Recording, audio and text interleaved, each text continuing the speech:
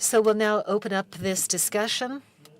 You saw the introductory film. You have panel members with different opinions concerning protection of personal data. So I think this will be a rich discussion, and I'll start with the patient point of view. That's not always the rule. Madame Apostolidis, you represent the patients. You're responsible for the empowerment of patients, and you're behind the Patients' Bill of Rights, European Patients' Bill of Rights. You heard the European Data Protection Advisor, so it's progress for you. Yes, it's progress in terms of the protection of personal data, but here we're talking about GDPR for health. And for us in cancer, it's very important. GDPR impacts research.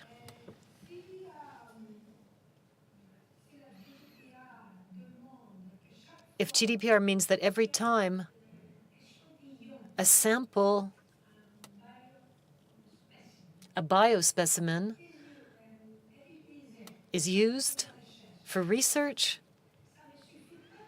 it won't be sufficient to have informed consent from the patient. The patient has to be found again, and he must once again sign another form. So that is going to really cause a slowing down in research. Cancer research is taking place at a fast pace, and this week we heard in Brussels and in London how research on the genomics will revolutionize our health. So a lot of research is being done. There are a lot of clinical trials that are underway that require samples. So how can we find these patients again who gave samples 10 years ago? And now the searcher thinks that this sample is the exact one that he needs or he or she needs. How will they find the patient if the patient is still alive? That causes a lot of problems. So GDPR is very positive, but it also creates problems, especially in terms of research. I think your colleagues will have opinions on this. I'm going to ask Mr. Abnouzi, who represents Facebook here, what he thinks. You're a cardiologist. You've worked a lot on the question of access to health in the cardiology community. Facebook tools and GAFA tools make it possible to collect very precise data on the behavior of populations, to detect epidemic situations, sometimes where the health authorities are aware of them, detect the risk of suicide. All of that is very precious. But then what do we do with this information? That's my first question. And then the following question comes to mind immediately after. How do we protect people's private lives when all of this information is available and when we have a business model that consists in selling this information? Let me start by saying that I'll give you my perspective. My perspective is as an interventional cardiologist and as a patient and as an advocate for patients and as a father and someone who spent his entire life focused on trying to improve morbidity and mortality for people and have populations live as long and as well as they can while trying to improve disparity at the same time. That's been my life's work, and because I'm at Facebook, that doesn't change. I'm also in a family of interventional cardiologists, and my 3 kids who are 2, 4, and 6 months, 2 to 3 also want to be interventional cardiologists at this point. So that said, I think it's important to separate out platforms and companies from what we're trying to achieve, right? And if your goal is to try and impact the population's health, what we do in the hospital as interventional cardiologists or all other physicians, general practitioners and whatnot, doesn't really impact health. That's sick care as far as I'm concerned. And we at the United States provide some of the best sick care in the world. Acute heart attack, you're there, I'm there, the team's there, we'll take care of it.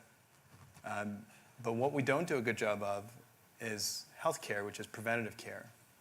And so this concept of having access to data from genetic samples, from tumor markers, et cetera, for cancer is really interesting. And in fact, the Prostate Cancer Foundation would probably tell you that if they could screen every single biopsy done for prostate cancer in the United States, they could today save 20% of patients who will die from prostate cancer because there's therapies available today that weren't available 5 years ago.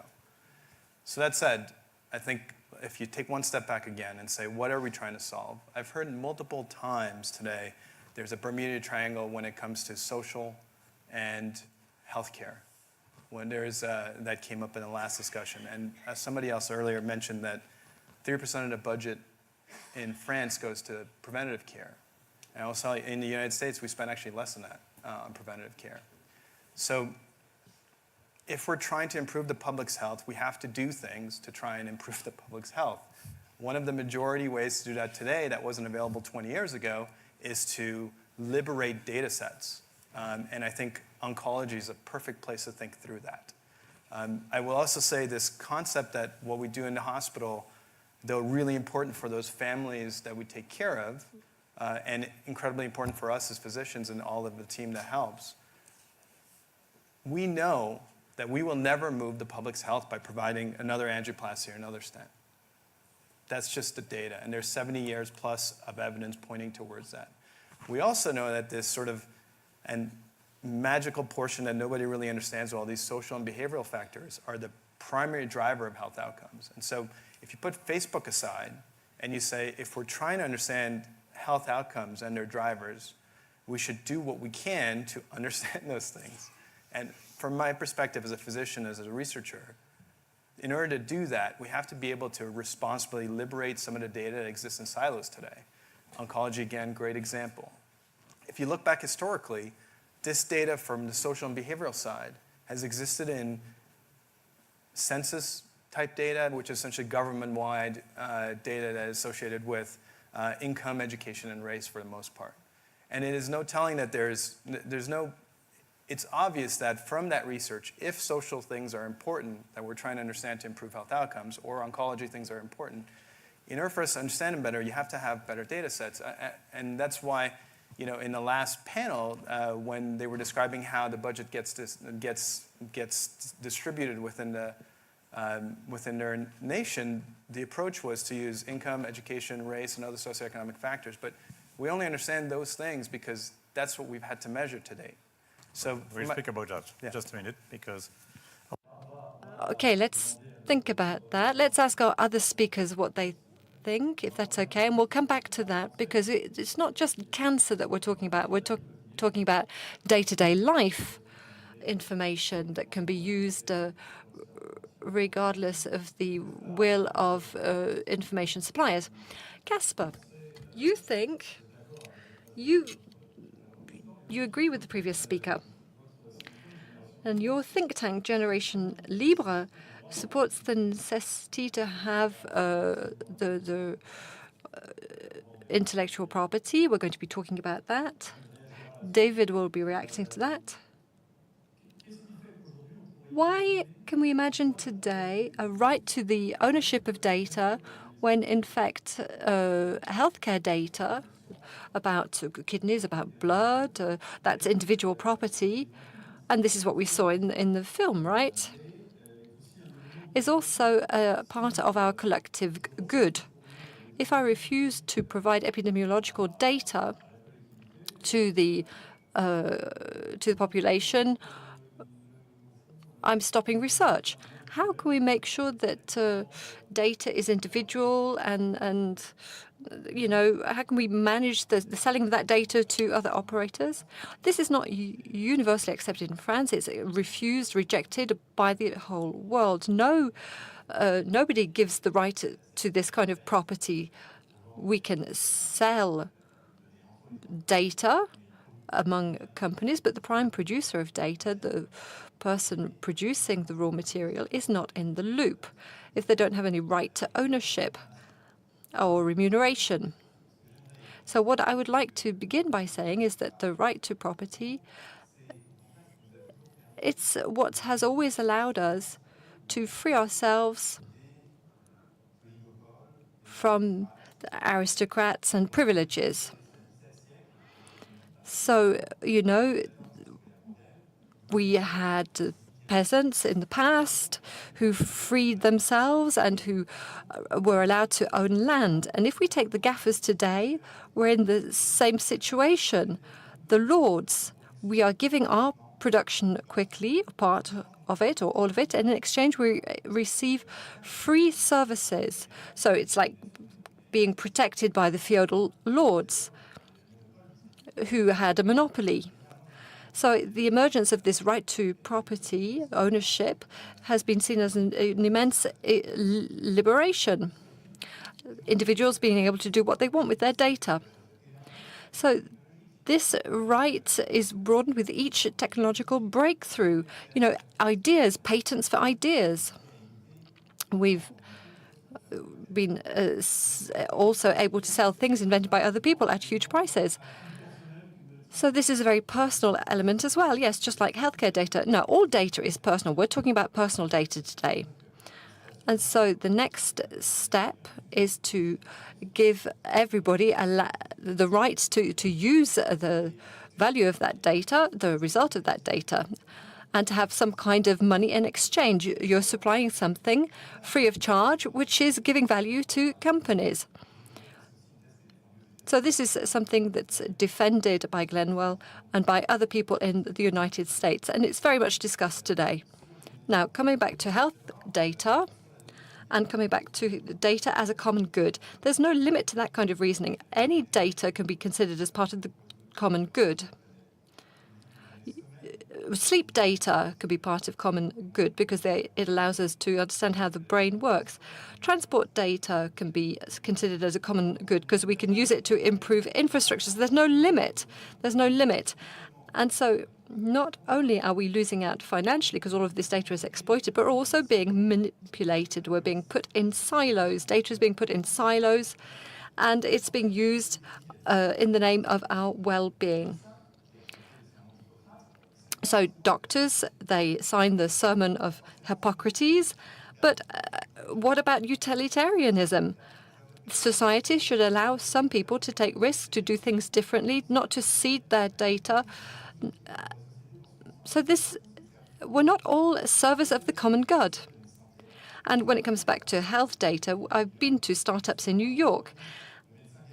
Because doctors are earning are winning on both sides. They're selling information to pharmaceutical industries, and they're earning money from patients who have to pay for their scans. They recover the data from the scan, and they're selling that data to pharmaceutical labs. In France, you can imagine, today, on one hand, the data is being taken up by authorities, and on the other hand, nothing is being done with it. It's not just a monetary question. It's a question of having our own wallet, if you like, of data.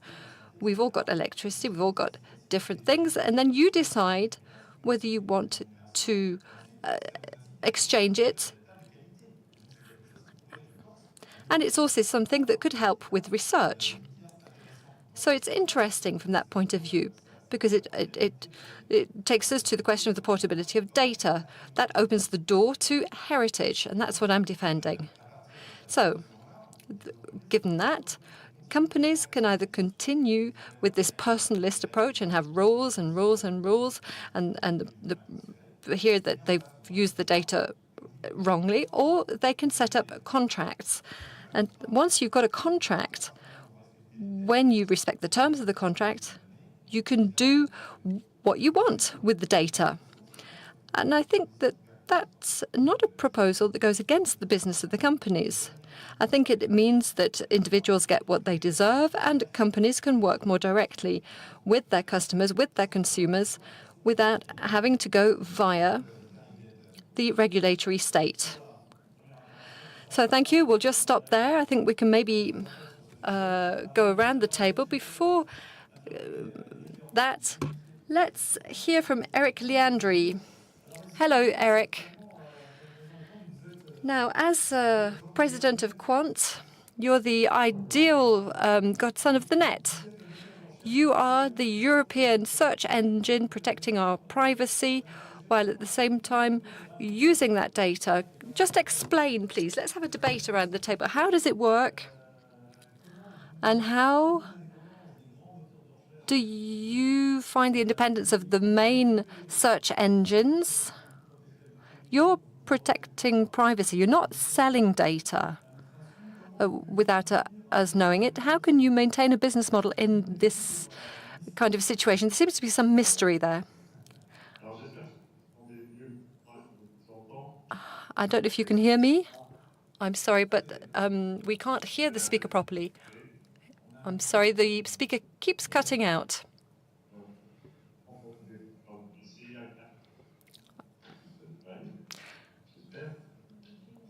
So wait a minute. While you're preparing that, let's just ask David to react. So David works on artificial intelligence, and he can talk to us about the life of the National Ethics Committee that's just put forward proposals for the bioethics law. David, reactions to the different speakers, please. You're in line with some, but what about our friend here, Freddy Amnoussi? What about the state of thinking in France on these subjects? Well, I have the feeling that we're going through a big change, a big swing. They have very different opinions from me. So we've got some decisions to make very quickly. We need to think about the bioethics law for 2019. What are we doing? What is the right balance that we need to find? Maybe we need to think about the right to ownership. I respect that kind of question, but there are others that are more immediate. This is what we're trying to do with the initiative that we're working on, and the committee has given an opinion on the bioethics law. We seem to be at a changing point with respect to digital technology. The CCN looks at the main risks associated with digital technology and artificial intelligence health and its insufficient use in France. I think I was the general manager of the CHU. The fact that things are not ethical doesn't mean that we shouldn't be able to use digital technology. So in line with what this lady was saying, we worked with the Institute Imagine on machine learning research for the adrenal gland. And apparently it was too direct according to the regulation. There wasn't enough grading of the data. So this is something that can be freed? Well, not necessarily, because the other notion is that when we talk about who is the owner and what is and we talk about the right to ownership, well, it's just not possible. It's like a can of worms. There's a second example that concerns the kidney. A year ago, with an association of patients, we launched an alert with respect to the situation of dialysis in the Reunion. So there was an investigation carried out, and then there were accusations of misuse of funds, almost 30 million euros. What do you do about this kind of thing? Do you continue to be subjected to situations like this, or shouldn't we be acting? Is it about theory? Should we be drawing general conclusions? If we want to have relevant treatment, we have to the right kind of coordination tools. There's a register that allows you to have shared data that allows you to really coordinate and offer good quality. Now, the second notion, perhaps echoing what you were saying, the gentleman from Facebook, you've made a call. You've got to see that in the light of what's happening here in the European Union. This is not a non-regulated environment. If you add over-regulated strata in France, then professionals and patients will want algorithmic solutions from elsewhere, and we will not be able to regulate the solutions that you will have designed and that will escape the coverage of Europe. So we've got to find the right kind of balance, and that's what we've got in the bioethics law. So, okay, thank you. We'll try and go back to Mr. Leandri. Let's try and get in contact with Eric Leandri. Can he hear? Yes, here I am again. So we've got sound, but no face this time. So I was asking you a question earlier on. Can you answer that question? Yes. Well, listen, we've got a business model that's very simple. It's the same as Google's. Well, it was between 1972 to 2010. So we know what Google was worth. It's called AdWords. If you type iPhone on Quartz, so you display shopping, you go to the Fnac, and you can earn money. Now, Google still earns 90% of its turnover from AdWords, and AdWords doesn't require knowing whether it's you or me. The only advantage is knowing what you're looking to buy. This is when internet was free, when there were no ad blocks. It was the time when we didn't need your personal data. It was a different time, a different period. It did bring in 40 billion euros. So today, with personal data, with the possibility of selling personal data and exchanging personal data, trading it, getting money for it, today the period is different. You can be worth 800 billion euros on the stock exchange. So the reality is very simple. I am doing very well. We are doing very well. We're just providing web users with a service, and we're remunerated for that service. And since we're talking about medicine in Chamonix, I'm sorry not to be with you because it's very interesting, the debate. Let me say something very simple. I've heard a lot of things about medicine, about data, and without data not being able to do anything. Now, in June, there's a I'm working with a doctor. I've been working with a doctor who did something for the first time in France. He extracted a fibrome from a patient. Normally, the lady shouldn't have been able to have children, but with artificial intelligence that we worked on at Quant and with the doctor and with the anonymization of data, the operation went very well. The lady can now have children and her fibromes have been removed.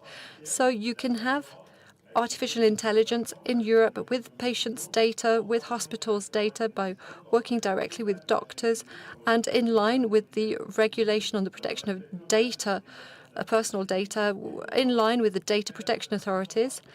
So you can use artificial intelligence to heal people. I've been hearing a lot of things and not seeing anything from Facebook or Google. So let's start talking about serious things apart from just giving data for the sake of giving data.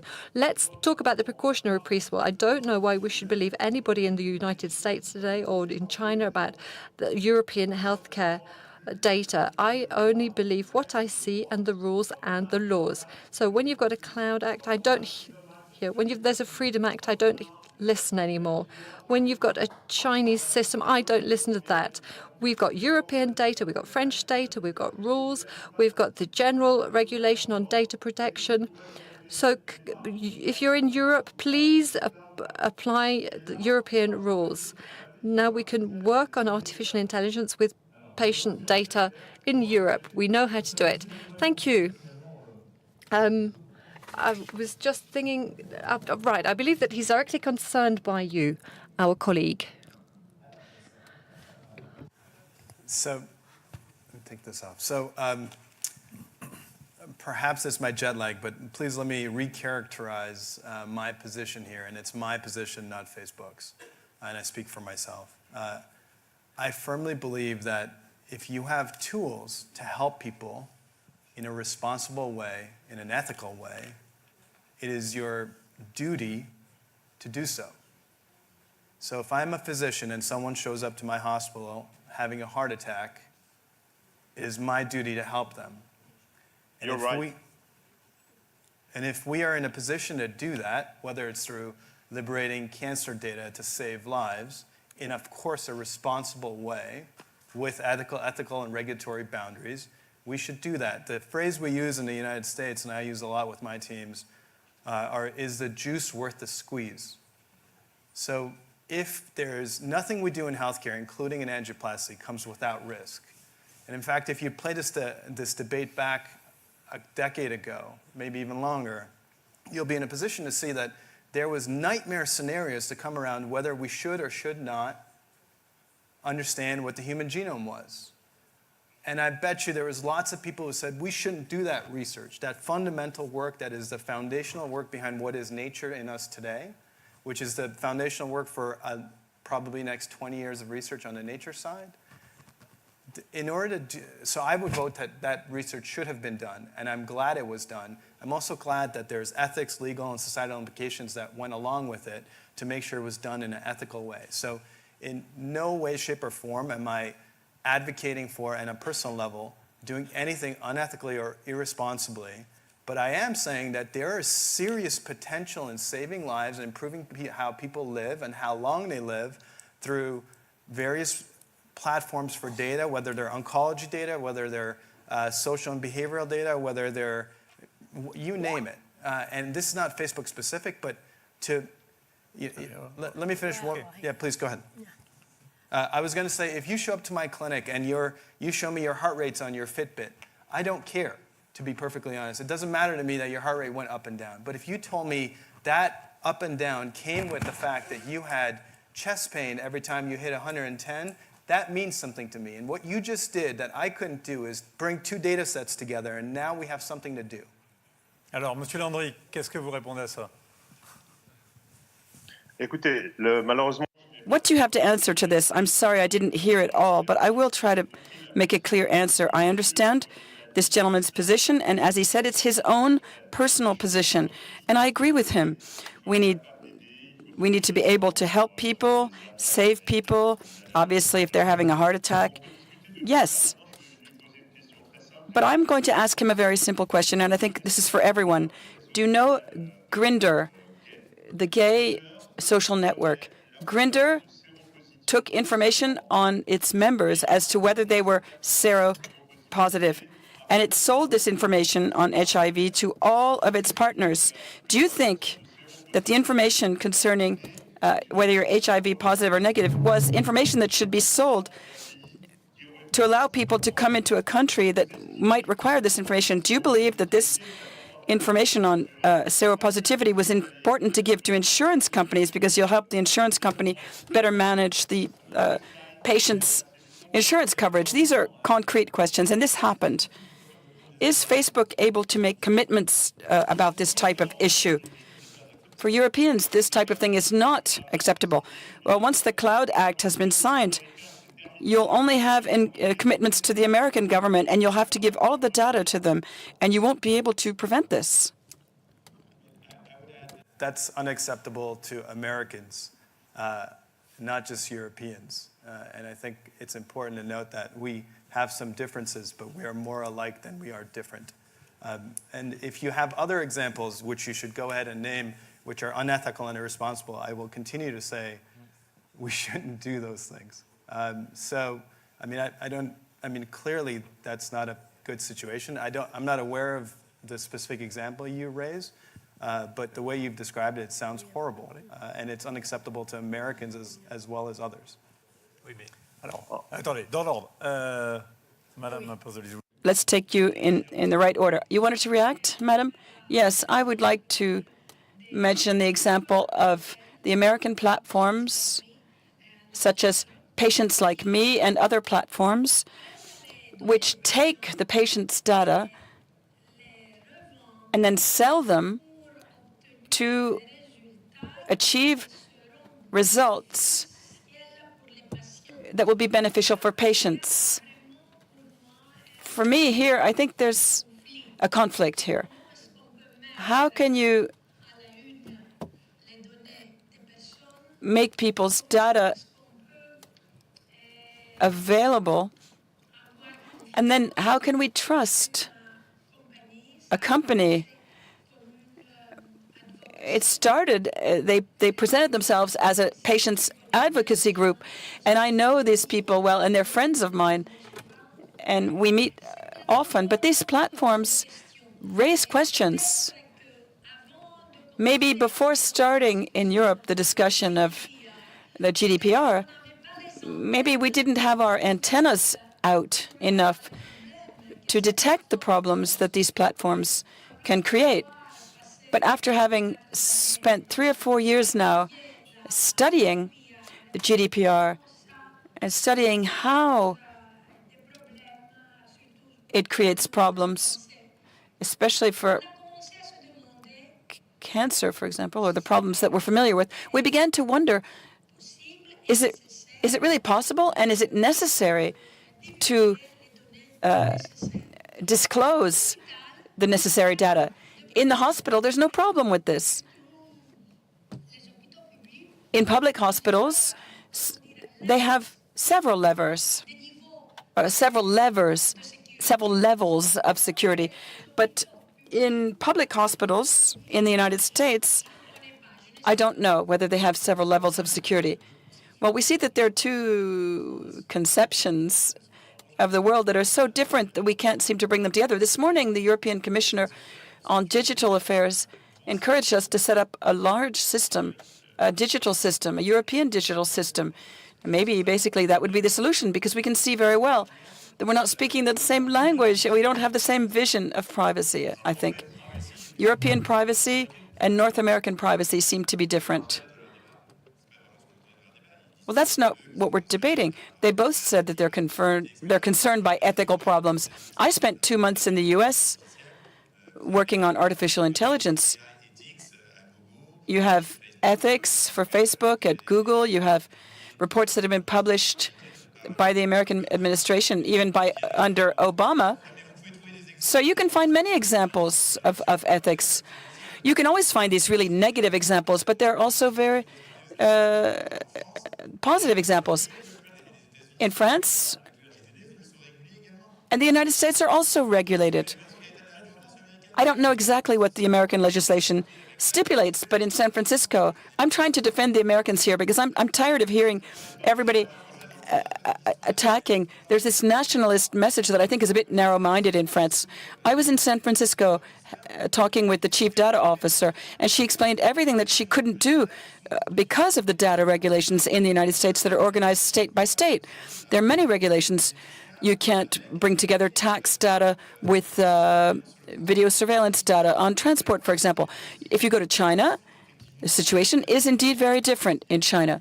You can aggregate all of the data, and they want to set up the biggest database in the world. But America is not a virgin space, and it's not a space without laws. So, first of all. Second of all, we all agree that we can't do non-ethical things. I think the only real discussion is to decide who makes the decisions. This is where the philosophical options, it might just be theoretical, but they are important, and they guide the discussion.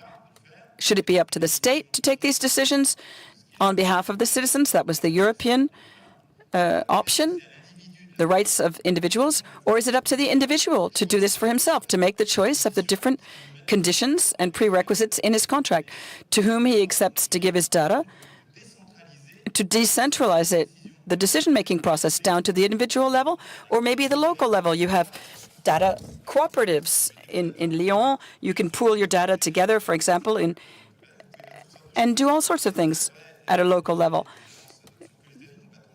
I don't think the United States have fully decided on all of this. And so let me conclude, because we were talking about the CCNE. Everything is linked. And in the CCNE report,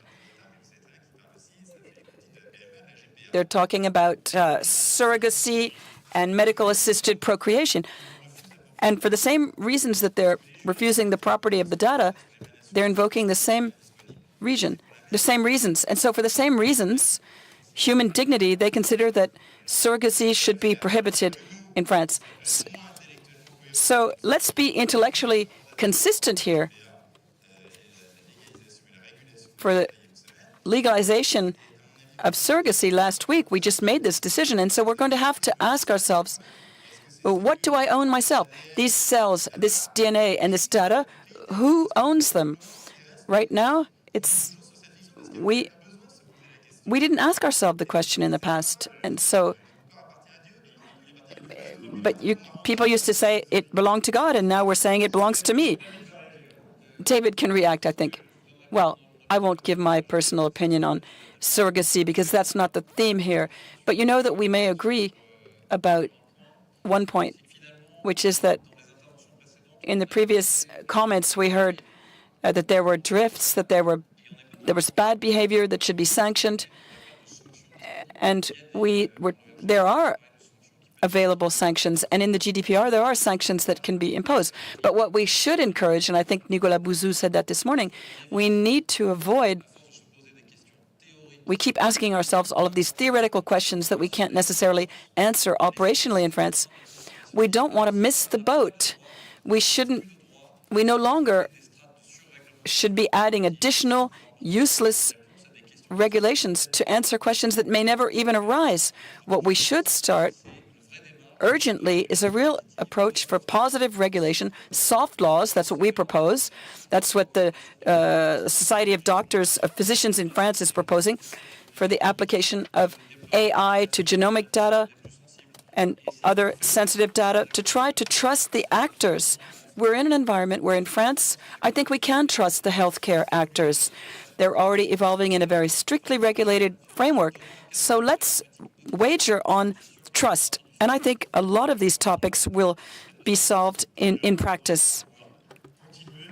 Unfortunately, we can't continue. But to conclude, I will ask each of you to add a few words. One word. I think there are some assumptions here which we need to reconsider. There hasn't been a single thing we've discussed here that I have disagreed with. Yet I've heard multiple times from both of you guys that we have different opinions. We do not. We have the same opinion. But what we're doing here is talking about how to do research better, essentially, is to bring data sets together. Now, outside of Facebook, that's what we should be focused on. Okay. We do not have different opinions, which he apparently doesn't. Okay, dear Freddy, we have to stop. Un mot chacun, il nous reste une minute. Okay. Okay. Okay, Eric, over to you. I love freedom, and I really love the ideas of Mr. Koenig from time to time. Unfortunately, it's not so simple. But if I have a word for conclusion, I think we can make healthcare in Europe today. We can just ask the doctors in the hospital to use the power of AI in a very clean way. What I wanted to say is that we can't